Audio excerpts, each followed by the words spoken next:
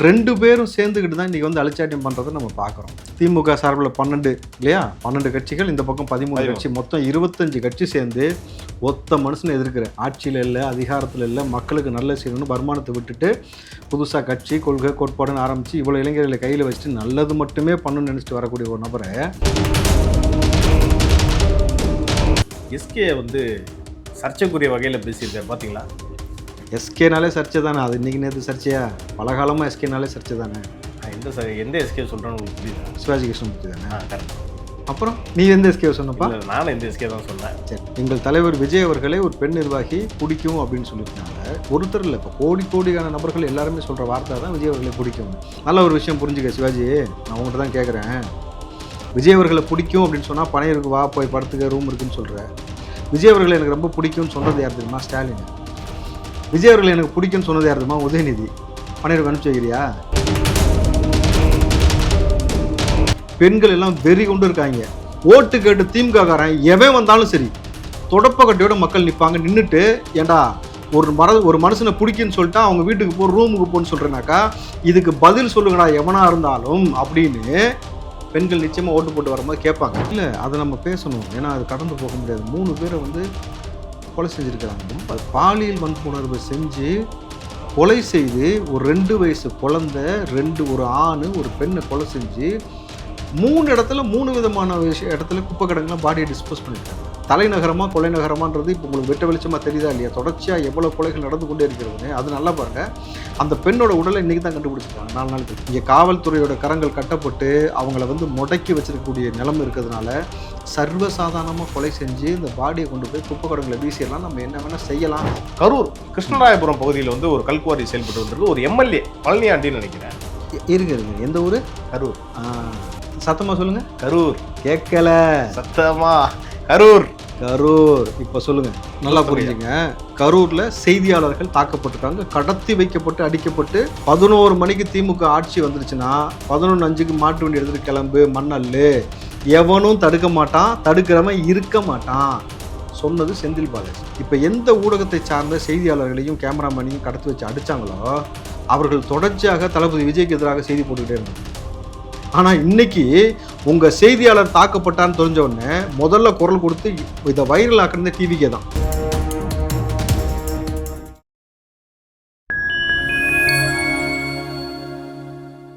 Rich நேயர்களுக்கு வணக்கம். இன்று நம்மோடு இணைந்திருப்பவர் தாவேகாவின் மாநில செய்தி தொடர்பாளர் திரு ராவுத்தர் இப்ராஹிம் அவர்கள். அண்ணா வணக்கம். வணக்கம் தேவ். அண்ணா, அரசின் வழிகாட்டு நெறிமுறைகள், அதாவது பரப்புரைக்கு வந்து தமிழ்நாடு அரசு சார்பா சில எஸ்ஓபிக்கெல்லாம் வந்து போட்டிருந்தாங்க. அதை வந்து எதிர்த்து இதெல்லாம் இந்த எஸ்ஓபி எல்லாமே ரத்து பண்ணணுன்ற மாதிரி தாவேகா சார்பில் திரு நிர்மல்குமார் சென்னை உயர்நீதிமன்றத்தில் ஒரு மனு தாக்கல் பண்ணியிருக்காரு. இதோட சாராம்சம் என்ன? ஏன் தாவேகாவினர் இந்த வழக்கை தாக்கல் பண்றாங்க, வேற எந்த கட்சியும் பண்ணல? வேற எந்த கட்சிக்கும் நெருக்கடி இல்லை, அதனால பண்ணல. இது இயல்பாக புரிஞ்சுக்கலாம். ஏன்னா 2 பேரும் சேர்ந்துக்கிட்டு தான் இன்றைக்கி வந்து அழிச்சாட்டியம் பண்ணுறதை நம்ம பார்க்குறோம். குறிப்பாக நீங்கள் பார்த்தீங்கன்னாக்கா திமுக சார்பில் 12 இல்லையா, 12 கட்சிகள், இந்த பக்கம் 13 கட்சி, மொத்தம் 25 கட்சி சேர்ந்து ஒத்த மனுஷனை எதிர்க்கிற, ஆட்சியில் இல்லை, அதிகாரத்தில் இல்லை, மக்களுக்கு நல்ல செய்யணும்னு வருமானத்தை விட்டுட்டு புதுசாக கட்சி கொள்கை கோட்பாடுன்னு ஆரம்பித்து இவ்வளோ இளைஞர்களை கையில் வச்சுட்டு நல்லது மட்டுமே பண்ணணும்னு நினச்சிட்டு வரக்கூடிய ஒரு நபரை இவ்வளோ பேர் சேர்ந்து நெருக்கடிக்கு உள்ளாக்குறதுன்னும் பொழுது, இவ்வளோ பேர் சேர்ந்து எதிர்க்கிறது, இவ்வளோ பேர் சேர்ந்து ஆபாசமாக பேசுவது, பேச வைப்பதற்கு ஆள் வைப்பதுன்னு இந்த மாதிரி பல விஷயம் செஞ்சுக்கிட்டு இருக்கீங்க இல்லையா? இதை தாண்டி தொடர்ச்சியாக தாவேகாவுக்கு நெருக்கடி. நீங்கள் இந்த கரூர் சம்பவத்திற்கு பிறகு எவ்வளோ ஒரு உங்களுக்கு எவ்வளோ நெருக்கடி ஏற்பட்டது, எவ்வளோ அசம்பாவிதங்கள் ஏற்பட்டதுன்றதெல்லாம் தொடர்ச்சியாக சிடி நிர்மல்குமார் அண்ணன் சொல்கிறாரு, ஆதவர்ஜன் அவர்கள் சொல்கிறாங்க. ஸோ இதை தாண்டி நீதிமன்றத்துக்கு நம்ம போயிருக்கணும் பொழுது இது திட்டமிட்டு தாவேகாவுடைய பரப்புரை தடுப்பதற்காகவும் மக்கள் மத்தியில் வந்து தலைவர் விஜய் அவர்களுக்கு இருக்கக்கூடிய அந்த செல்வாக்கை குறைப்பதற்காகவும் இதை வந்து ஒரு கையில் எடுத்துக்கொண்டு ஒரு அடக்குமுறை யாருக்குமே இல்லாத மாதிரி ஒரு விஷயத்தை செய்கிறாங்க. பட் திரும்பவும் ஒரு விஷயம் ஆலமரத்தை புரிஞ்சுக்கணும். ஆலமரம், நீ ஆலமரனாலே தனியாக நிற்கிறது தான் ஆலமரம், கரெக்டா? கூட்டாக சேர்ந்து நிற்கும் ஆலமரம்னா நீ எதுக்கு உனக்கு 12 கட்சி? நீ சரியான தில்லுள்ள ஆள், தனியாக நின்று பார்ப்போம். அது எல்லாமே கொள்கை கூட்டணியா? இந்த வீர வெங்காயம்லாம் கேட்கலாம். நீ ஆலமரம்லாம் தனியாக தான் நிற்கணும். உனக்கு எதுக்கு 12 பேர்? உனக்கு எதுக்கு சப்போர்ட்டுக்கு? ஸோ இதெல்லாம் சேர்ந்துக்கிட்டு எங்களை நெருக்கடிக்கு உள்ளாக்கிட்டா நீங்கள் அப்படியே பயங்கரமாக இதாகிடுவீங்க, நாங்கள் அப்படியே முடங்கிடுவோம் நினைக்கிற இந்த முட்டாள்தனமான இந்த விஷயங்களை விட்டுட்டு நேர்மையாக ஒரு விஷயத்தை களத்தில் சந்திக்கிறதுக்கு திராணி இருந்தால் வா, அப்படி இல்லைனாக்கா மக்கள் பார்த்துப்பாங்க. எஸ்கே வந்து சர்ச்சைக்குரிய வகையில் பேசியிருக்காரு பார்த்தீங்களா? எஸ்கேனாலே சர்ச்சை தானே, அது இன்னைக்கு நேற்று சர்ச்சையா? பல காலமாக எஸ்கேனாலே சர்ச்சை தானே. நான் எந்த எஸ்கே சொல்கிறேன்னு உங்களுக்கு புரியுதா? சிவாஜி கிருஷ்ணமூர்த்தி தானே. கரெக்ட் தான். அப்புறம் நீ எந்த எஸ்கே சொன்னப்பா? நானும் எந்த எஸ்கே தான் சொன்னேன். சரி சொல்லுங்க. அவர் வந்து ஒரு விஷயம் மேடையில் பேசியிருக்காரு. என்னன்னா, பெண் நிர்வாகி தாவேக்கா பெண் நிர்வாகி ஒருத்தவங்க வந்து ஏற்கனவே திரு விஜய் அவர்கள் பிடிக்கும்னு சொல்லியிருந்தாங்க. அதை வந்து இவர் கோட் பண்ணி பானையூர் போங்க, நிறைய ரூம்ஸ்லாம் இருக்குது அப்படின்ற மாதிரி ரொம்ப தரக்குறைவாக கீழ்த்தரமாக பேசியிருக்காரு. அந்த காட்சியை பார்த்தீங்களா நீங்கள்? பார்த்தேன் தம்பி. அதாவது எங்கள் தலைவர் விஜய் அவர்களே ஒரு பெண் நிர்வாகி பிடிக்கும் அப்படின்னு சொல்லிட்டனால ஒருத்தர் இல்லை, இப்போ கோடிக்கான நபர்கள் எல்லாருமே சொல்கிற வார்த்தை தான் விஜய் அவர்களை பிடிக்கும்னு. நல்ல ஒரு விஷயம் புரிஞ்சுக்க சிவாஜி, நான் உங்கள்கிட்ட தான் கேட்குறேன். விஜய் அவர்களை பிடிக்கும் அப்படின்னு சொன்னால் பனையூருக்கு வா, போய் படுத்துக்க ரூம் இருக்குன்னு சொல்கிற. விஜய் அவர்களை எனக்கு ரொம்ப பிடிக்கும்னு சொன்னது யார் தெரியுமா? ஸ்டாலின். விஜய் அவர்களை எனக்கு பிடிக்கும்னு சொன்னது யார் தெரியுமா? உதயநிதி. பனையூருக்கு அனுப்பிச்சி வைக்கிறியா? இதனால நியாயமே இல்லைண்ணா இதெல்லாம். நான் சொல்லலப்பா, அவங்க 2 பேருமே சொல்லியிருக்காங்க. அப்போ விஜயை பிடிக்கும்னாக்கே பனையூருக்கு அனுப்புவேன்னு சொன்னாக்கா நல்லா புரிஞ்சுங்க. அரசியல் களத்தில் எவ்வளவு கேவலமாக சிவாஜி கிருஷ்ணமூர்த்தி பேசுவதற்கு மிக முக்கியமான காரணமாக விளங்கக்கூடிய நபர் என்பவர் யார் என்பது ஊருக்கே தெரியும். புரியுதா? அப்போ இவ்வளவு வன்மமாக இவ்வளவு கேவலமாக இவனை பேச சொல்லி வைக்கக்கூடிய அந்த நபர்கள், இவன் இவ்வளவு ஆபாசமாக எங்கள் தலைவரை குறித்து பேசும்போது ஒட்டுமொத்த திமுக சிரிக்கிறேன். இல்லை, எம்பி தயாநிதி மாறனே ஒரு மேடையில் இருந்துட்டு இப்போ யூடியூப்ல இவர் தான் ரொம்ப வைரலாக இருக்காரு. வைரல் அண்ணனுக்கு நான் பெரிய ஃபேன்லாம் சொல்லியிருக்கிறாப்புல. விஜய் பிடிக்கும்ல, எல்லாத்தையும் பனையூர் அனுப்புவியா? எல்லார் வீட்லேயுமே தளபதியோட ரசிகர்கள் இருக்காங்க. அப்போ நீ யாரை கேவலப்படுத்துற தெரியுமா? அந்த பெண்ணை கேவலப்படுத்துறது ஒட்டுமொத்த பெண் சமூகத்தை கேவலப்படுத்துற. ஒருத்தரை பிடிக்கும்னு சொல்லிட்டாலே நீங்கள் வந்து பனையூருக்கு வரணும், போ அங்கே போ ரூம் இருக்குனாக்கா, இவ்வளவு கீழ்த்தரமாக ஒருத்தனை தொடர்ச்சியாக நான் தெளிவாக சொல்கிறேன் தம்பி, தலைமை அனுமதிக்காமல் அந்த ஆள் பேசலை. அது அப்படி அவன் அனுமதிக்காம அவன் பேசியிருந்தா எப்போ நேரம் அவனை கட்சியிலேருந்து எடுத்துருப்பாங்க. இதெல்லாம் மக்கள் பார்த்துக்கிட்டு தானே இருக்காங்க. மக்கள் பார்க்குறாங்க, பேச சொல்ல வச்ச மாமா பேரும் பார்த்துக்கிட்டு தான் இருக்கிறான். புரியுதுங்களா? இப்போ எவ்வளோ பேர் இந்த மாதிரியான வேலைகளை செய்கிறீங்கிறது எனக்கு புரியுதுல்ல. இப்போ சிவாஜி கிருஷ்ணமூர்த்தியை பேச சொல்லி மேடை ஏற்றி பேச வைக்கக்கூடிய நபர்களும் பார்த்துட்டு தான் இருக்கீங்க. இது ரொம்ப கீழ்த்தனமான அரசியல். நான் திரும்பவும் சொல்கிறேன், தர்க்க ரீதியாக அரசியல் போது, கருத்தியல் ரீதியாக போது, அதை விட்டுட்டு நீங்கள் செஞ்சுருக்கக்கூடிய ஐயோக்கியத்தனம், முள்ளமரித்தனம், பொறுக்கித்தனம், கொலை, ஊழல், பெண்களுக்கு எதிரான அத்துமீறல், பாலியல் இங்கே இருக்கக்கூடிய இந்த சுரண்டல், போதை கலாச்சாரம், ஒட்டுமொத்தமாக எல்லாத்தையும் மறைக்கிறதுக்கு இந்த மாதிரி ஆபாசமாக பேசுறதுக்கு ஒருத்தனை மேடை ஏற்றி டைவர்டிக் பாலிடிக்ஸ் நீங்கள் பண்ணுறீங்கல்ல. பெண்கள் எல்லாம் வெறி கொண்டு இருக்காங்க. இந்த சிவாஜி கிருஷ்ணமூர்த்தியை பேச அனுமதிச்சது யாரு? அவனுக்கு பதவி கொடுத்தது யாரு? அவன் இந்த மாதிரி பேச வைக்கிறீங்கல்ல. ஓட்டு கேட்டு திமுககாரன் எவன் வந்தாலும் சரி தொடப்பக்கட்டையோட மக்கள் நிற்பாங்க. நின்றுட்டு ஏண்டா ஒரு மனுஷனை பிடிக்குன்னு சொல்லிட்டா அவங்க வீட்டுக்கு போ, ரூமுக்கு போன்னு சொல்கிறேனாக்கா இதுக்கு பதில் சொல்லுங்கடா எவனா இருந்தாலும் அப்படின்னு பெண்கள் நிச்சயமாக ஓட்டு போட்டு வரும்போது கேட்பாங்க. கரெக்டா? இதுக்கு கனிமொழி என்ன விளக்கம் கொடுக்க போகிறாங்க? உதயநிதி என்ன விளக்கம் கொடுப்பாரு? முதல்வர் என்ன விளக்கம் கொடுப்பாரு? ஆர் ராசாலாம் நீலாம் பெருசாக பேசுகிறீங்கல்ல, நீங்கள் என்ன விளக்கம் கொடுக்க போகிறீங்க? துரைமுருகன் என்ன விளக்கம் கொடுக்க போகிறீங்க? கட்சியில் இருக்கக்கூடிய முக்கியமான நபர்கள்லேருந்து எல்லா நபரும் என்ன விளக்கம் கொடுக்க போகிறீங்கன்னு நாங்கள் பார்க்க தான் போகிறோம். ஏன்னா இந்த கேள்வி நிச்சயமாக எழும், கேட்க தான் போகிறோம். டிவிக்கு சார்பாக ஒட்டுமொத்த பெண்களை வந்து எந்த ஏரியாவுக்குள்ளே நீ ஓட்டு கேட்டு வந்தாலும் அங்கே நாங்கள் இருக்கிறோம். இருக்கும்ல தம்பி, டிவிக்கு இருக்குல்ல. இதுக்கு நீ பதில் சொல்லிட்டு தான் அடுத்து நீ அங்கிறது நகரணும். உன் ரவுடித்தனம், பொறுக்கித்தனம், இந்த முள்ளமாரித்தனத்தெல்லாம் வேற எங்கேயாவது வச்சுக்கணும், டிவி கேட்ட வச்சுக்காது. ஏன்னா திரும்ப சொல்கிறேன், தளபதி அமைதியான வழியில் போங்கன்னு சொன்னதுனால கட்டுப்பட்டு அமைதியாக இருக்காங்க இந்த பசங்க. களத்தில் வந்து வாரிசு எப்படி அடிக்கிறானுங்க.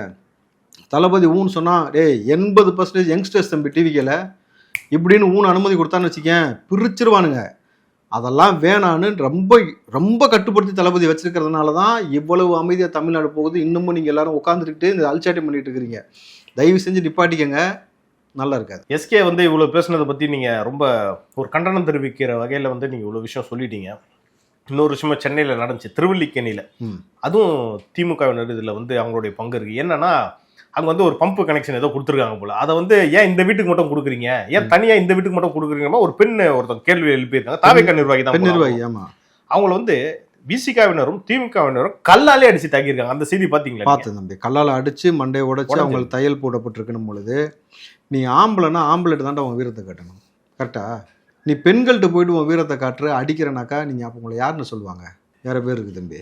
கூட்டமாக சேர்ந்து ஒத்த பெண்ணை தாக்குறீங்க, நியாயமான விஷயத்தை கேள்வி கேட்டாக்கா இந்த ரவுடிசம் பண்ணுறதே உங்களுக்கு காலங்காலமாக வழக்கமாயிருச்சுல்ல. இதுக்கு தான் ஆட்சி மாற்றம் வேணும்னு நம்ம சொல்கிறோம். புரியுதா? கட்ட பஞ்சாயத்து பண்ணுறது, ரவுடிசம் பண்ணுறது, அடிக்கிறது, கொலை செய்கிறது, கனிமூலத்தை திருடுறது, பெண்கள் மீது கை வைக்கிறது, தொடர்ச்சியாக இந்த மாதிரி கேவலத்தனத்தை செஞ்சு செஞ்சு செஞ்சு பழக்கப்பட்டதுனால உங்களுக்கு திருப்பி ஒரு நியாயமான விஷயத்தை கேள்வி கேட்டால் அடிக்கிறீங்க அப்படின்னும் பொழுது திரும்பவும் ஆட்சிக்கு வந்தால் நடக்கும். ஏற்கனவே கொலை எவ்வளோ போயிட்டு இருக்கு, எவ்வளோ பாலியல் பண்ண போயிட்டு இருக்குன்னு நீங்கள் பார்க்குறீங்கல்ல. சென்னையில எதுக்கு இந்த தீய சக்தி இது கூட இருக்கக்கூடிய கூட்டணியை அடித்து விரட்டணும்னு சொல்கிறேன்னா இதான் மிக முக்கியமான காரணம். சென்னையில ஒரு சைடு பாத்தீங்கன்னா அந்த பெண்ணுக்கு பாலியல் வன்கொடுமை, இன்னொரு பக்கம் பீகார் ஒருத்தருக்கு வந்து குடும்பத்தையே நாசம் பண்ணிட்டாங்க. இதெல்லாம் ஒரு பக்கம் போயிட்டு இருக்கிறப்ப காஞ்சிபுரம் மாவட்டம் ஸ்ரீபெரும்புத்தூர்ல செல்லம்பட்டின்னு ஒரு பகுதியில் இல்லை, அதை நம்ம பேசணும். ஏன்னா அது கடந்து போக முடியாது. 3 பேரை வந்து கொலை செஞ்சுருக்கிறாங்க. ரொம்ப பாலியல் வன்புணர்வு செஞ்சு கொலை செய்து ஒரு 2 வயசு குழந்தை, ஒரு ஆண் ஒரு பெண்ணை கொலை செஞ்சு 3 இடத்துல 3 விதமான இடத்துல குப்பை கிடங்குல பாடியை டிஸ்போஸ் பண்ணியிருக்காங்க. இப்போ காவல்துறை ஒருத்தனை கொன்று பாடி எடுத்துட்டு ஊருக்குள்ளே இவ்வளோ சிசிடிவி இருக்கும்போது அவன் எடுத்து கொண்டு போய் அது சிட்டிக்குள்ளே எல்லாமே சிட்டிக்குள்ளே. அதுதான் ஆச்சரியம். இது தலைநகரமாக கொலை நகரமான்றது இப்போ உங்களுக்கு வெட்ட வெளிச்சமாக தெரியுதா இல்லையா? தொடர்ச்சியாக எவ்வளோ கொலைகள் நடந்து கொண்டே இருக்கிறதுன்னு அது நல்லா பாருங்கள். அந்த பெண்ணோட உடலை இன்றைக்கி தான் கண்டுபிடிச்சிருக்காங்க, 4 நாட்கள் குப்பை கிடங்குல. ஸோ 3 விதமான குப்பை கிடங்குல தான் கிடக்கு அப்படின்னும் பொழுது இப்போ எந்த அளவுக்கு காவல்துறை என்ன நீங்கள் வேலை செஞ்சுக்கிட்டீங்கன்னு ஒரு கேள்வி இருக்குல்ல. ஒரு கொலை செஞ்சுட்டு ஒரு அவ்வளோ பெரிய பாடியவே அவன் கொண்டு போகும்பொழுது கண்டுபிடிக்காத நீங்கள் இத்தினோண்டு கஞ்சாவை வச்சு 1 கிலோ கஞ்சாவை கொண்டு போகிறத நீங்கள் கண்டுபிடிச்சிருப்பீங்க, கொக்கைன் வரை கொண்டு போகிறத கண்டுபிடிப்பீங்க, மெத்து போகிறத கண்டுபிடிப்பீங்க. புரியுதா உங்களுக்கு? இங்கே காவல்துறையோட கரங்கள் கட்டப்பட்டு அவங்கள வந்து முடக்கி வச்சிருக்கக்கூடிய நிலைமை இருக்கிறதுனால சர்வசாதாரணமாக கொலை செஞ்சு இந்த பாடியை கொண்டு போய் குப்பை கிடங்குல வீசிடலாம், நம்ம என்ன வேணால் செய்யலாம். அப்போது வடமாநிலத்தவர்களுக்கும் தமிழ்நாட்டுக்குள்ளே நம்ம என்ன வேலை செஞ்சிட முடியும்னு அவனுக்கு ஒரு நம்பிக்கை வந்திருக்கு பாருங்களேன். அதோட இன்னும் வேடிக்கை என்ன தெரியுமா? அவன் செஞ்சு முடிச்சிட்டான், கொண்டு போய் பாடியும் போட்டான். துர்நாற்றம் வீசியதால் கிடச்சிருக்கு. இப்போ அவனே வந்து துர்நாற்றம் வீசாமல் தூக்கி போடாமல் குப்பை கிடங்குல குழியை தோண்டி போச்சுதான்னு வச்சுங்களேன், குப்பையாக போயிருக்கும், யாருக்குமே தெரிஞ்சிருக்காது. அப்போது வெளி மாநிலத்தவருக்கும் வெளிநாட்டினவருக்கும் தெரியுது பாருங்க, இங்கே வந்தாக்கா நம்ம என்ன வேணால் செய்ய முடியும், என்ன வேணால் பண்ண முடியும்னு ஈஸியாக தெரிஞ்சு வச்சுருக்கான். பார்த்தீங்களா? அந்த அளவுக்கு இருக்குது உங்கள் சட்ட ஒழுங்கு லட்சணம். புரிஞ்சுக்கணும். இல்லை, நம்ம ஏற்கனவே வந்து காவல்துறையினா பல நல்ல விஷயம்லாம் செஞ்சுருக்காங்க. அவங்களுக்கு நம்ம அந்த டைமில் பாராட்டியும் பேசியிருக்கோம். தம்பி, எப்போயுமே இங்கே காவல்துறையை குறைய சொல்ல முடியாது தம்பி. காவல்துறையை கட்டுப்படுத்துறது யார்? உபேதி ஆடுன்ற பேரில் நீங்கள் தான் கட்டுப்படுத்தி வச்சுருக்கீங்க. அவங்கள எப்படி தம்பி வேற ஆட்சி வரும்போது காவல்துறை சிறப்பாக செயல்படுது? திமுக ஆட்சி கேட்டுக்கிட்டு இருக்காங்க. திமுக வந்தால் மட்டும் ஏன் அப்படி காவல்துறை வந்து செயல்படாமல் போகுது? காவல்துறையில் உள்ள பல நபர்களுக்கு எனக்கு தெரியும் தம்பி. நம்ம பேசுகிறோம் சார், எங்களால் ஒன்றும் பண்ண முடியாது, அவ்வளோதான் அவங்க சொல்கிறது. அதுக்கு மேலே அவங்களால சொல்ல முடியல. இது ஒரு விஷயம் பேசிட்டு இருக்கிறப்போ இன்னொரு விஷயம் காஞ்சிபுரத்தில் ஒரு சம்பவம் நடந்திருக்கு. அதுவும் பார்த்துருப்பீங்கன்னு நினைக்கிறேன். என்னன்னா ஸ்ரீபெரும்புத்தூர் செல்லம்பட்டின்னு ஒரு பகுதி, சின்ன பகுதி தான். அங்கே வந்து அடிப்படை வசதி கேட்டிருக்காங்க போல. அதுவும் இல்லாமல் கரண்ட் வசதி தான் கேட்டிருக்காங்க. அதுக்கு உடனே அங்கே இருக்க அந்த திமுக நிர்வாகின்னு நினைக்கிறேன், எங்களே வந்து பேட்டி கொடுக்குறீங்களா, ப்ரெஸ்ல வந்து இப்போ சொல்றீங்களா அப்படின்ற மாதிரி கரண்ட்டையும் கட் பண்ணி விட்டாங்க. அங்கே வந்து ரிப்போர்ட்டர்ஸை கூட மிரட்டி இருக்கிறதா ஒரு தகவல்லாம் வந்திருக்கு. அதையும் பார்த்துருப்பீங்க. உங்களுடைய பார்வை என்ன? இது எல்லாமே புதுசாக என்ன சொல்கிறது, பழைய ரவுடிங்கெல்லாம் திருப்பி உயிர் பெற்று புது ரவுடியாக மாறிட்டு வராங்க. புரியுதா உங்களுக்கு? ஏன்டா கொக்கி போட்டு கரண்ட் கொடுக்குறேன்னு சொல்லி ரொம்ப நாள் அவங்கள்ட்ட சொல்லி கோரிக்கை நிறைவேற்றலன்னு பேட்டி கொடுத்தா நீ எப்படி பேட்டி கொடுப்ப? உரிமையில தான் பேசியிருக்கான். தைரியம் எப்படி வருது? உரிமையில தான் அப்படி பேசியிருக்கான். எப்படி நீ பேட்டி கொடுப்பேன்னு சொல்லிட்டு அந்த கரண்ட்டையும் கட் பண்ணிவிட்டு அதை செய்தி எடுக்க போன ரிப்போர்ட்டரை உன்னை உள்ள தூக்கி வச்சிருவேன் நான் திமுககாரன். அவன் சொல்கிறது பயமே இல்லைல்ல தம்பி. அண்ணா யூனிவர்சிட்டிக்குள்ளே போகும்போது உங்களுக்கு தெரியலையா பயம் இல்லைன்னு? கிளாம்பாக்கத்தில் பெண்ணை பட்ட பகலில் கடத்தும் போது தெரியலையா உங்களுக்கு பயம் இல்லைன்னு? ஒரு பெண்ணை ட்ரெயினில் வச்சு பாலியல் வன்புணர்வு செஞ்சு கீழே தள்ளி விட்டான் கர்ப்பிணியை, அவங்களுக்கு கரு கலைஞ்சு போச்சு, பயம் இல்லைன்னு தெரியல. ஹாஸ்பிட்டலுக்குள்ளே பூந்து வெட்டினானா, குத்துனானா? போலீஸ் அடித்தாங்க இல்லை கஞ்சா போட்டு, பயம் இல்லைன்னு உங்களுக்கு தெரியுதா? உயர் காவல் அதிகாரி பாதுகாப்பு இல்லைன்னு சொல்லி கதறினாங்களா, பயம் இல்லைன்னு தெரியலையா? கனிமூலத்தை திருடுறாங்கன்னு சொன்னதுக்காக தொழுதுட்டு வந்த ஒரு இஸ்லாமியர் காலங்காத்தால் வச்சு கொள்கிறான். கனிமூலம் திருடுறாங்கன்னு சொல்லி இன்னொரு நபர் சொன்னதுக்கு லாரி ஏற்றி கொள்கிறான். பயம் இல்லைன்னு உங்களுக்கு தெரியுதா இல்லையா? இருக்கு, நம்ம அதை பின்னாடி பேசுவோம். ஆனால் இளம் விதவிகள் அதிகமாக உருவாகிறாங்க கனிமொழி சொல்லுவாங்க. ஆனால் அவங்க பேசியிருக்கு, அவங்களும் கீதா ஜீவன் பேசிட்டு இருக்கும்போது ஒருத்தன் லைட் கம்பத்தில் ஏட்டான் ஃபுல் போதை, தம்பி இறங்குங்க இறங்குங்கன்னு கெஞ்சிட்டு உட்காந்துருந்தாங்க. புரியுதா? அப்போது இந்த மாதிரி ஒரு ஆட்சி இனி தொடரணுமான்றது மக்கள் தான் புரியணும். தயவு செஞ்சு மக்கள் புரிஞ்சுக்க வேண்டியது, என்றைக்குமே நிம்மதி இல்லாத ஒரு ஆட்சியும் நிம்மதி இல்லாத ஒரு வாழ்க்கையும் சோத்துக்கும் தண்ணிக்கும் உணவுக்கும் கரண்ட் பில்லுக்கும் எல்லாத்துக்கும் நம்ம போய் அவங்கள்ட்ட கையேந்து நிற்கக்கூடிய ஒரு நிலைமையை நம்ம ஏற்படுத்தி வச்சுருக்கிறானுங்க. தன்மானமிக்க நம்மளை வந்து எவ்வளவு தரம் தாழ்த்தி அவங்க நடத்துகிறாங்கன்றதை நீங்கள் புரிஞ்சுக்கணும். இஸ்லாமியர்களுக்கு வந்து குப்பை தொட்டியில் கொண்டு வந்து குப்பை வண்டியில் கொண்டு வந்து சாப்பிட்ற உணவை கொடுக்கக்கூடிய ஒரு ஆட்சி, பிற மக்கள் வந்து கோயிலுக்குள்ளே வழிபடணும்னு சொல்லும் பொழுது கோயிலை பூட்டி வைக்கிற ஒரு ஆட்சி, கிறிஸ்தவர்களுக்கு எவ்வளோ பிரச்சனைகள் இங்கே கொடுத்துக்கிட்டு இருக்கக்கூடிய இந்த ஒரு ஆட்சி தொடர்ச்சியாக இந்த மக்களை எந்த மாதிரி பார்க்குது. வேங்கவேலில் எவ்வளோ மலம் கலக்கக்கூடிய விஷயம் நடந்துச்சு. அன்றைக்கெல்லாம் முதல்வர் ஓடோடி போய் நிற்கலை. கள்ளக்குறிச்சி கள்ளச்சாராயம் நடந்துச்சு, 2 முறை கள்ளச்சாராயம் நடந்துச்சு. அவ்வளோ உயிரிழப்பு ஏற்பட்ட பொழுது ஓடி போய் நிற்கலை. எல்லாம் நடிக்கிறது வந்து அதுக்கப்புறம் விருது வாங்குறதுக்கு பரிசீலனை பண்ணுறது, இந்த மாதிரி போயிட்டு இருக்கே தவிர மக்கள் நல்லா புரிஞ்சுக்கணும். எதுக்கு திமுக வேணான்னு சொல்கிறோன்றதை தாண்டி எதுக்கு தளபதி விஜய் அவர்கள் அரசியல் களத்துக்குள்ளே வந்தாருன்றது. இந்த மாதிரி தொடர் பிரச்சனையை கொடுத்துக்கிட்டே இருக்கும் பொழுது தன் மக்கள் தன் கண்ணுக்கு முன்னாடி அவஸ்தைப்படுறதை பார்க்கும் பொழுது இங்கே தைரியத்தோட யாருமே வந்து நிற்கலை. அவர்கள் எதிர்த்து நிற்கிறவர்கள் எல்லாரும் அவர்கள்ட்ட மண்டியிடக்கூடிய வேலையை தான் திமுக செஞ்சுருக்கணும் பொழுது, நீ ஆலமரம் மாறு, நீ எவனா வேணாரு, நான் நிற்கிறேடான்னு ஒரு மனுஷன் நிற்கிறார்ல, அது தனி கெத்து தம்பி, தனி தில்லு. அவரை மாதிரி ஒரு ஆம்பளை காட்டு, நீ எவனா இருந்தாலும் இருந்துக்கடா, என் மக்களுக்காக நிற்கணும் முடிவு பண்ணிட்டேன், நிற்கிறார்ல, நீ படத்தை முடக்கிற, அதை முடக்கிற, இதை முடக்கிற, எதை வேணா முடக்கு, மக்கள் மனசில் எனக்கு இருக்கக்கூடிய செல்வாக்கு நீ முடக்க முடியாது, உன்னை தூக்கி எறிகிற நிற்கிறார்ல, அதுக்காக தான் நம்ம தளபதியோடு இருக்கிறோம். இதை மக்கள் புரிஞ்சுக்கணும். ஒரு பக்கம் வந்து திரு விஜய் அவர்களை வந்து மக்கள் கொண்டாடிட்டு இருக்கிற நேரத்தில் நம்ம வந்து இன்னும் மக்கள் பிரச்சனையை பற்றி நம்ம பேசாமலே இருக்க முடியாதுண்ணே. கனிம வளம் நம்ம ஏற்கனவே பேசணும்ல, அதை ஒட்டி இன்னொரு பிரச்சனை நடந்திருக்கு. கரூர் கிருஷ்ணராயபுரம் பகுதியில் வந்து ஒரு கல்குவாரி செயல்பட்டு வந்திருக்கு. ஒரு எம்எல்ஏ பழனியாண்டின்னு நினைக்கிறேன். இருங்க, எந்த ஊர்? கரூர். சத்தமா சொல்லுங்க. கரூர். கேட்கல. சத்தமா கரூர்.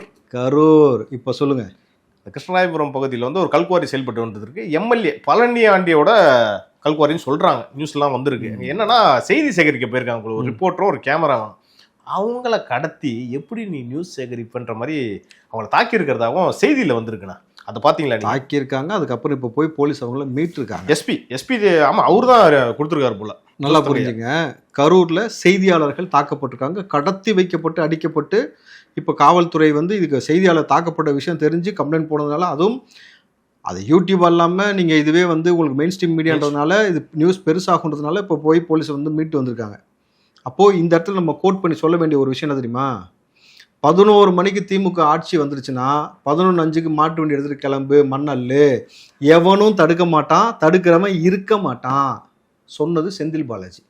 இப்போ புரியுதா உனக்கு? கரூர். அந்த கரூர் இங்கே கனெக்ட் பண்ணி பார்க்கணுமா? இப்போ நடந்த விஷயம் கரூரில் தானே. ஆமாம். இந்த வார்த்தையை சொன்னது செந்தில் பாலாஜி தானே. கருணால எப்பயுமே கலவரக்காடா மாறுதில்ல. செய்தி சேகரிக்க சென்ற நியூஸ் ரிப்போர்ட்டரையே நீ கடத்தி வச்சு அடிக்கிறேன்னா அப்போ எவ்வளவு திமிரு இருக்கணும் உங்களுக்கு. அப்போ எந்த அளவுக்கு வந்து நீங்கள் வந்து அந்த கனிம வளங்களை திருடி பணத்தில் கொளுத்து போயிருந்தீங்கன்னாக்கா அதை செய்தியாக வெளியே வர ஆளை நீங்கள் இந்த அளவுக்கு செய்கிறீங்கன்னும் பொழுது இது மக்கள் நல்லா கூர்ந்து கவனிக்கணும். கேமரா மைக் எல்லாத்தையும் புடிங்கிட்டாங்க. ஆனால் இது கூட நான் இன்னொரு விஷயமும் சொல்லணும், வருத்தமாக தான் இருக்கிறதால நம்ம பதிவு பண்ணுவோம். இப்போ எந்த ஊடகத்தை சார்ந்த செய்தியாளர்களையும் கேமராமேனையும் கடத்தி வச்சு அடித்தாங்களோ அவர்கள் தொடர்ச்சியாக தளபதி விஜய்க்கு எதிராக செய்தி போட்டுக்கிட்டே இருந்தவங்க. ஆனால் இன்னைக்கு உங்கள் செய்தியாளர் தாக்கப்பட்டான்னு தெரிஞ்ச உடனே முதல்ல குரல் கொடுத்து இதை வைரல் ஆக்குறதே டிவிக்கே தான். நல்லா புரிஞ்சுங்க. அப்போது டிவிக்கே தப்பு அப்படி நடந்துச்சுன்னா, இல்லை ஒருத்தருக்கு பாதிப்பு நடந்துச்சுன்னா, யாராக இருந்தாலும் எங்களுக்கு எதிரியாக இருந்தாலும் கூட நிற்கிறோம். இதுதான் டிவிக்கே, இதுதான் தளபதியோட வளர்ப்பு. இதை சேனலும் புரிஞ்சுக்கணும். இந்த இடத்துல அதை நம்ம பதிவு பண்ணுவோம். அனைவருக்குமான இயக்கம் அது. அப்போ தாவேக்கான. ஆமாம் தம்பி, தளபதி தளபதி அவர்கள் அனைவருக்குமான நபர் தான். அவருக்கு சாதி மதத்துக்குள்ளே அடங்கக்கூடிய நபரும் அவர் கிடையாது, இந்த சாக்கடைகளோட சேரக்கூடிய ஆளும் அவர் கிடையாது. சரி, நம்ம இது வரைக்கும் ரொம்ப ஒரு அதிரடியாக போயிட்டோம். இன்னொன்று வந்து மனசுக்கு வேதனையான ஒரு விஷயம் நடந்திருக்கு. என்னன்னா, இது வரைக்கும் நடந்த எல்லாமே வேதனை தான், ரொம்ப வேதனை தான். இதோட வேதனையான ஒரு விஷயம் என்னன்னா, மாணவர்கள் சம்மந்தப்பட்ட விஷயம். பள்ளி மாணவருக்கு வந்து ஒரு அவேர்னஸ் வந்து கிரியேட் பண்ணுறதுக்கு அந்த கர்ப்பப்பை புற்றுநோய் அதை பற்றி ஒரு ஸ்டூடெண்ட்ஸுக்கு வந்து அவேர்னஸ் பண்ணுறாங்க. அது வந்து யாரை நடிக்க வச்சாங்கன்றது தான் இங்கே கேள்வியே. இந்த இன்ஸ்டாகிராமு, இந்த ஃபேஸ்புக்கிலலாம் வந்து இந்த ஆபாசம் அந்த வீடியோலாம் போடுறவங்கள வந்து உங்கள் மாடலாக வந்து நடிக்க வச்சிருக்கிறது ரொம்ப வேதனையாக இருக்குன்ற மாதிரி பல பேர் வந்து கமெண்ட்ஸ்லையும் சொல்லிக்கிட்டு இருக்காங்க. இது எப்படிலாம் பார்க்குறது? இது எப்படி பார்க்குறது? இதை எப்படி பார்க்குறதுன்றதை விட நடித்தாங்கல்ல அவங்க வீடியோவை முதல்ல எவன் பார்த்தான், எவன் அரசு விழாவில் கிட்டத்தட்ட அரசுக்காக செய்யப்படக்கூடிய அந்த இதில் அவங்கள கூப்பிட்டு வந்தான்ற ஒரு விஷயம் நீங்கள் பார்க்கணும். அவர்கள் வந்து இன்ஸ்டாகிராமில் ரொம்ப ஆபாசமாக பதிவிட்டு தனியாக ஏதோ அவங்கள சப்ஸ்கிரைப் பண்ணால் ரொம்ப ஆபாசமாக செய்யலாம் செய்கிறாங்க அப்படின்ற மாதிரியான செய்தி தான் இப்போ நான் மெயின் ஸ்ட்ரீம்லேயே அதில் செய்தியாக வந்திருக்கு நானும் பார்த்தேன். இப்போது பள்ளிக்கல்வித்துறை எந்த அளவுக்கு எவ்வளோ ஆக்டிவாக இருக்குது பாருங்கள். இல்லை, இதில் மாணவர்கள் இதை பார்ப்பாங்களே, அவங்களுக்கு தானே இந்த அவேர்னஸ் நம்ம கொடுக்குறோன்ற எண்ணம் இல்லையா? மாணவர் பார்க்குறதுக்கு முன்னாடி யாருப்பா நீ அந்த இதை இன்ஸ்டா லிங்கை பார்த்த அவங்கள பற்றி தெரிஞ்சுக்கிட்டு அவங்கள கொண்டு வந்து மாணவர்களுக்காக ஒரு விழிப்புணர்வு நடத்தக்கூடிய அந்த ஆட் ஃபிலிமில் நடிக்க வைக்கிறீங்க, அதை கொண்டு வந்து நீங்கள் ஒளிபரப்புறீங்கன்னும் பொழுது இது எதனை நோக்கி போகுதுன்னு பார்த்தா உங்களுக்கு புரியுதா இல்லையா? ஒட்டுமொத்தமாக சமூகத்தை சீர்கெடுக்கக்கூடிய வழியில் தான் இந்த பக்கம் போயிட்டு இருக்கு. ஏன்னா பள்ளிகளுக்குள்ளே தான் அதிகமாக குழந்தைகளுக்கு பாலியல் அத்துமீறல் நடந்தது. சின்ன சின்ன பிள்ளைகள்லேருந்து பள்ளிகளில் ஸ்கூலுக்கு போகிற பிள்ளைகள் மீது பாலியல் அத்துமீறல், பள்ளிகளுக்குள்ள பிள்ளைகள் குடித்தாங்க. அந்த வீடியோ வந்துச்சு. பெண்களும் குடித்தாங்க, ஆண் பிள்ளைகளும் குடித்தாங்க. பள்ளிகளுக்குள்ளே போதைப் பொருள் யூஸ் பண்ணதை பார்த்தோம். பள்ளி மாணவர்கள் போதையில் இருந்துக்கிட்டு ஆசிரியர் அடித்த வீடியோக்கள் பார்த்தோம் தொடர்ச்சியாக. பள்ளிக்குள்ளே பள்ளி சிறார்களுக்கு ஏற்பட்ட மிக மோசமான அத்துமீறலை பார்த்தோம். பள்ளி சீருடையில் வந்த ஒரு பெண் குழந்தையை ஒருத்தன் வெட்டுறான். அன்பில் மேஷ் கேட்டது ஸ்கூலுக்கு வெளியிலேயே உள்ளேயான்ட்டு. புரிஞ்சா உங்களுக்கு? அப்போ எவ்வளவு இதாக இருந்துச்சுன்னா இந்த வார்த்தை நீங்கள் கேட்பீங்க. பதறலை, அன்னைக்கு உனக்கு அழுக வரல, உள்ளையா வெளியான்னு அப்படியே விசாரணை வைக்கிறார் இவர் வந்து. புரிஞ்சா உங்களுக்கு? அப்போ இன்னைக்கு அடுத்து இந்த மாதிரியான விஷயங்களை செய்கிறீங்க. இதை தாண்டி முக்கியமான விஷயம், 207 ஸ்கூல் மூடினது இந்த ஆட்சியில். அப்போ ஒட்டுமொத்தமாக இந்த சிஸ்டத்தையே கெடுத்து நாசம் பண்ணி வச்சிருக்கக்கூடிய ஆட்சியாக இந்த ஆட்சி இருக்குது. அதுக்கு துறை சார்ந்து ஒரு அமைச்சர் இருக்கிறாருன்னும் பொழுது இந்த இவ்வளவு நடந்துச்சு. இன்னும் சொல்லப்போனால் பள்ளிக்குள்ளே நடக்கக்கூடிய இவ்வளோ விஷயங்களுக்கு இந்த பள்ளிக்கல்வித்துறை தான் பொறுப்புன்னும் பொழுது நீங்கள் எவ்வளோ மோசமான முறையில் நடந்துக்கிட்டு இருக்கீங்கன்னு நம்ம பார்க்குறோம்ல. எல்லாத்துக்கும் என்ன காரணம்? அட்மினிஸ்ட்ரேஷன். யாருக்குமே துறை சார்ந்த புரிதலோ துறை சார்ந்த தெளிவோ இல்லாமல் இவர்கள் தொடர்ச்சியாக இந்த நம்ம சமூகத்தை சீர்கெடுத்து கொண்டு போய் போதையின் பக்கமும் மோசமான ஆபாச செய்கையின் பக்கமும் கொண்டு போய் நிப்பாட்டி வச்சுருக்காங்கன்றது வேதனைக்குரியது. அதான் சொன்னேன், டோட்டலாக எல்லாத்தையுமே கரப்டட் பண்ணி வச்சுருக்கக்கூடிய இந்த ஆட்சியை மொத்தமாக நகர்த்தினாதான் இளைய சமுதாய பிள்ளைகளாக இருக்கட்டும், கல்லூரியில் படிக்கக்கூடிய பிள்ளைகளாக இருக்கட்டும், பாதுகாப்போடவும் பாலியல் துன்புறுத்தல் இல்லாமல் போதைக்கு அடிமையாகாமல் இருக்கணும்னாக்கா தளபதி விஜய் அவர்கள் வந்தது பிறகு தான் அது சாத்தியப்படும். ஏன்னா சமரசம் இல்லாமல் அவர் மக்களுக்காக நிற்பார். அதுக்காக தான் அவர் களத்துக்குள்ளே வந்திருக்கார். அதுக்காக தான் இன்றைக்கி வந்து இவ்வளோ கட்சி சேர்ந்தவர் எதிர்க்கிறதுனும் பொழுது இனி என்ன நடந்தாலும் சரி, தீய சக்தியாக டிவிக்கேவான்றது இனி வந்து கன்ஃபார்மாக அப்படி தான் நம்ம கொண்டு போயிருக்கணும் பொழுது, இப்போ நம்ம பேசின விஷயங்கள்லாம் மக்களுக்கு புரியுதில்லை. தீய சக்திக்கு இங்கே நிச்சயமாக தீ வைக்கக்கூடிய வேலையை பொதுமக்கள் இந்த ஓட்டின் மூலமாக செலுத்துவார்கள். இந்த என்ன சொல்கிறது, அடுத்த போகிக்கெலாம் வந்து இருக்காது. அப்போ அந்த தீ பரவட்டும்ன்ற அந்த மெசேஜை சி இனி இந்த தீயவையே இருக்கக்கூடாது, அவ்வளோதான். ஏன்னா எப்பயுமே ஓவர் சூடு உடம்புக்கு ஆகாது, உள்ளூர்காரனுக்கு ஆகாதுன்னுவாங்கல்ல. சில விஷயங்கள்லாம் பார்க்கும்போது இப்போலாம் நிறையா கண்ணு கூசுகிற மாதிரி இருக்குல்ல. புரியுது. இந்த குறிப்பாக இந்த அவேர்னஸ் வீடியோலேயே வந்து பார்த்தீங்கன்னா நிறையா சில கமெண்ட்ஸ்லாம் சொல்லியிருந்தேன். அதை நான் சொல்லியிருப்பேன். ஆனால் இந்த காணொலியை வந்து ஸ்டூடெண்ட்ஸ் நிறைய பேர் பார்க்குறாங்க, இளைஞர்கள் பார்க்குறாங்க, யங்ஸ்டர்ஸ் நிறைய பேர் பார்க்குறதுனால அதை நான் தவிர்க்கணுன்ட்டு முடிவு பண்ணிட்டேன். அதை நம்ம தவிர்த்துட்டோம்னா சிவாஜி கிருஷ்ணமூர்த்தி மேடைக்கு மேடை பேசுகிறது எல்லா பக்கம் போயிட்டு தான் இருக்குது. புரியுதுங்களா? அது எல்லோரும் பார்க்க தான் செய்கிறாங்க. பெண்களுக்கு எவ்வளோ மோசமான விஷயத்தை நடத்துகிறீங்க. குறிப்பாக இந்த மகளிர் மாநாடு, அதுக்கு ஏஜென்சியை ஆளை பிடிச்சி பூரா வளநாட்டுக்கார பிள்ளைங்க, திருப்பூரில் கம்பெனியில் வேலை செய்வாங்கள்ல அந்த பிள்ளைங்க, இந்த ரிச் கேர்ள்ஸு என்ன, இது எல்லா பிள்ளைங்களையும் கூப்பிட்டு வந்து இறக்கி விட்டு பெண்கள் எங்கள் பக்கம் நிற்கிறாங்க. ஏன்னா வெக்கமா இல்லையா உங்களுக்கு?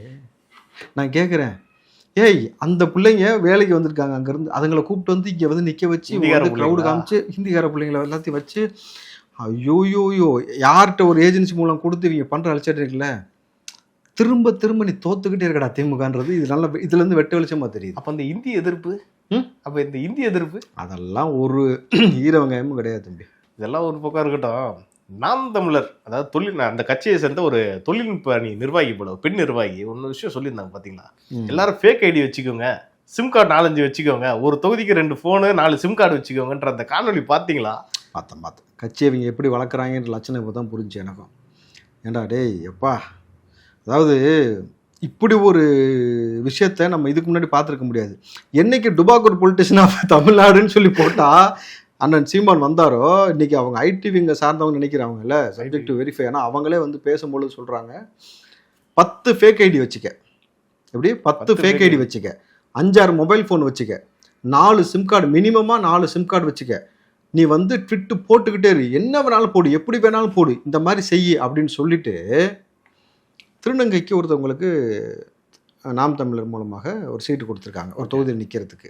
அதுக்கு இவங்களே 10 ஃபேக் ஐடி வச்சுருக்காங்கல்ல, இவங்க ஆட்களை வச்சு டிவிகேன்ற மாதிரி போட்டு விஜய் தலைவருடைய புகைப்படத்தை போட்டு ஒரு ஐடியிலேருந்து அவங்கள கேவலமாக சித்தரிக்கிற மாதிரி பதில் சொல்லி இவங்க எடுத்து போடுறாங்க. ஏண்டா இந்த பக்கம் நீ இப்போ தான் பேசிட்டு வர, 10 ஃபோன் நம்பர் வச்சுக்க, 10 ஃபேக் ஐடி வச்சுக்க, 4 சிம் கார்டு வச்சுக்க, ஆபாசமாக போடலாம், என்ன வேணாலும் போடலாம், எப்படி வேணாலும் போடலாம்னு மேடையில் பேசுகிற, அடுத்த உடனே இந்த பக்கம் இது வருது. இதை எடுத்து ஒருத்தர் உத்தமர் அவர் வந்து உடனே ட்விட்டரில் பதிவு போட்டு இது வந்து ஆபாசமான கட்சி, தற்கொலைகள் இப்படி செஞ்சுருக்காங்க.